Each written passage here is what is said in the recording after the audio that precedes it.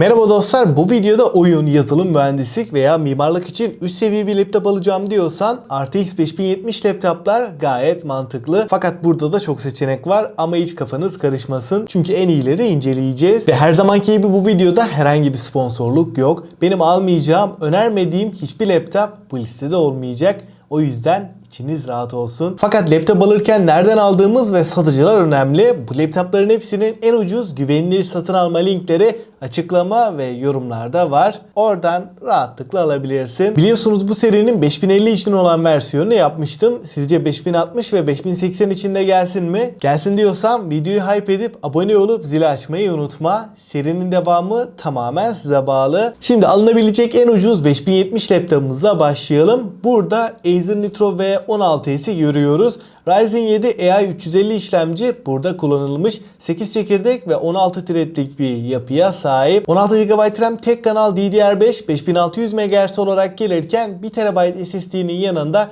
RTX 5070'in 85 Watt'lık versiyonu bu laptopta var. Ve 16 inç 180 Hz Full HD Plus bir panelle geliyor. Burada IPS bir panelin kullanıldığını söyleyeyim. Tasarımı da oldukça şık ve sade olan bir laptop. Soğutma sistemi ve kasa kalitesi de gerçekten iyi bir cihaz. İkinci sırada Game Garage Slayer X7T modelini görüyoruz. i7 14. nesil HX serisi işlemci burada kullanılmış. 16 çekirdek ve 24 threadlik bir yapıya sahip. 16 GB RAM tek kanal DDR5 5600 MHz olarak gelirken 1 TB SSD'nin yanında RTX 5070'in tam performans 115 Watt'lık versiyonu bu laptopta var. 16 inç QHD Plus 180 Hz %100 sRGB panel burada kullanılmış. Ekran kalitesi olarak bu fiyatlarda gaming laptoplar içinde düşündüğümde açık ara en iyisi diyebilirim. Böyle bir donanımla beraber kaliteli kasa, sağlam bir soğutma da alıyoruz. Bu fiyatlarda çok kalacak bir laptop değil. 3. sırada MSI Katana 15 önümüze çıkıyor. i7 14. nesil HX serisi işlemci burada kullanılmış. 16 çekirdek ve 24 threadlik bir yapıya sahip. 16 GB RAM DDR5 çift kanal 5600 MHz olarak gelirken 1 TB SSD'nin yanında RTX 5070'in tam performans 115 Watt'lık versiyonu bu laptopta var.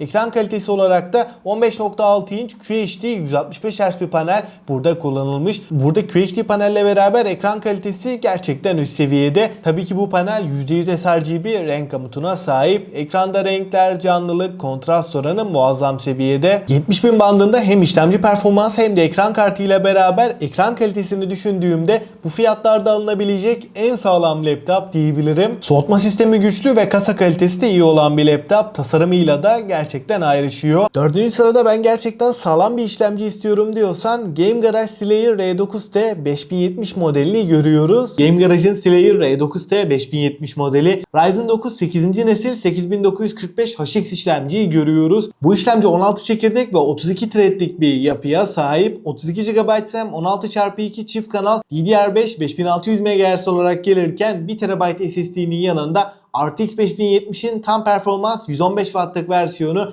bu laptopta da var. Ekran tarafında da 16 inç QHD Plus 300 Hz bir panelle geliyor. Ekran kalitesi olarak hem renkler, canlılık, doygunluk tarafında hem de kontrast oranı yönünde bu fiyatlarda alabileceğimiz açık ara en iyi laptop. Özellikle de işlemci performansını düşündüğümde 5070'ten tam olarak yararlanmak istiyorsak 70.000 bandında Game Garage Slayer R9T en mantıklı seçenek. Eğer bütçem 80.000 bandında ve premium bir laptop istiyorsam bu noktada MSI Vector 16 HX AI modelini görüyoruz. Intel Core Ultra 7 255 HX işlemci burada kullanılmış. 20 çekirdek ve 20 threadlik bir yapıya sahip. 16 GB RAM DDR5 tek kanal 5600 MHz olarak gelirken 1 TB SSD'nin yanında RTX 5070 Ti'nin tam performans 115 Watt'lık versiyonu bu laptopta var. Ve 16 inç Full HD Plus 144 Hz %100 sRGB panel burada kullanılmış. Ekran kalitesi olarak da bu fiyatlarda iyi bir laptop. Bunun dışında kasa kalitesi ve soğutma sistemi anlamında bu fiyatlarda en iyi laptop diyebilirim. Tamamen metal kasası, şık tasarımı ve 4 bölge RGB klavyesiyle bir gaming laptopu olduğunu da hissettiren bir cihaz. Özellikle AI tarafında çalışacağım, benim için birinci öncelik premium bir laptop diyorsan MSI Vector 16 bu noktada çok mantıklı. Ama bu laptopu aldıktan sonra mutlaka bir RAM takviyesi yapmamız gerekiyor.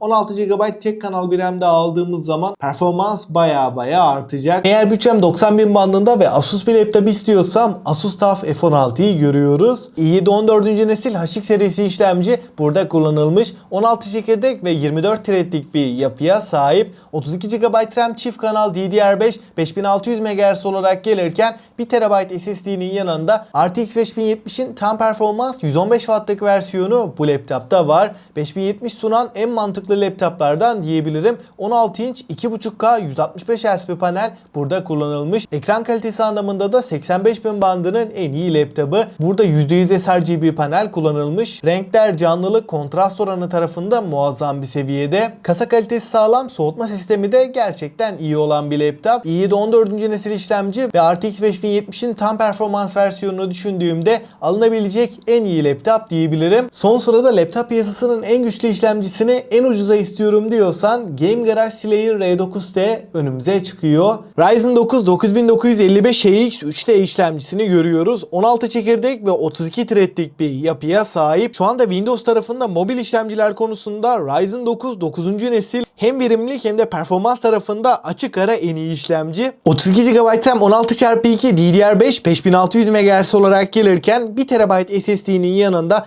RTX 5070 Ti'nin tam performans 115 Watt'lık versiyonu kullanılmış. 16 inç QHD Plus IPS 300 Hz ve %100 sRGB panel burada kullanılmış. Ekranda renkler, canlılık, kontrast oranı gerçekten muazzam bir seviyede. Kasa kalitesi olarak da çok başarılı. İşlemci performansını ve ekran kartını düşündüğümde profesyonel bir kullanım için alacaksak bu fiyatlarda en iyilerden diyebilirim. 5070 Ti ile beraber Ryzen 9 9. nesil bu laptopta mükemmel bir kombinasyon diyebilirim. Bu laptoptaki işlemci o kadar güçlü ki bırakın 5070 Ti'yi 5090'ı bile rahat rahat besleyebilecek düzeyde. Dostlar şimdi en önemli kısım favorilerimden bahsedeyim. Eğer bütçem çok yüksek değil 60 ile 70 bin bandında bu fiyat bandında alabileceğim en sağlam 5070 laptop ne diyorsanız Acer Nitro V16s en mantıklı seçenek. Bu laptop 64 GB'a kadar RAM 4 TB'a kadar depolama takviyesi yapabiliyoruz. Eğer bütçem 70 ile 80 bin bandında ise MSI Katana 15 bu noktada en mantıklı seçenek diyebilirim. Bütçem tam olarak 80 bin ise de Ryzen 9 8. nesil HX serisi işlemcisi ve RTX 5070'in tam performans 115 Watt'lık versiyonuyla alınabilecek en sağlam laptoplardan. Eğer bütçem 85 bin bandında premium bir laptop istiyorum, kasa kalitesi ve soğutma sistemi benim için birinci öncelik diyorsan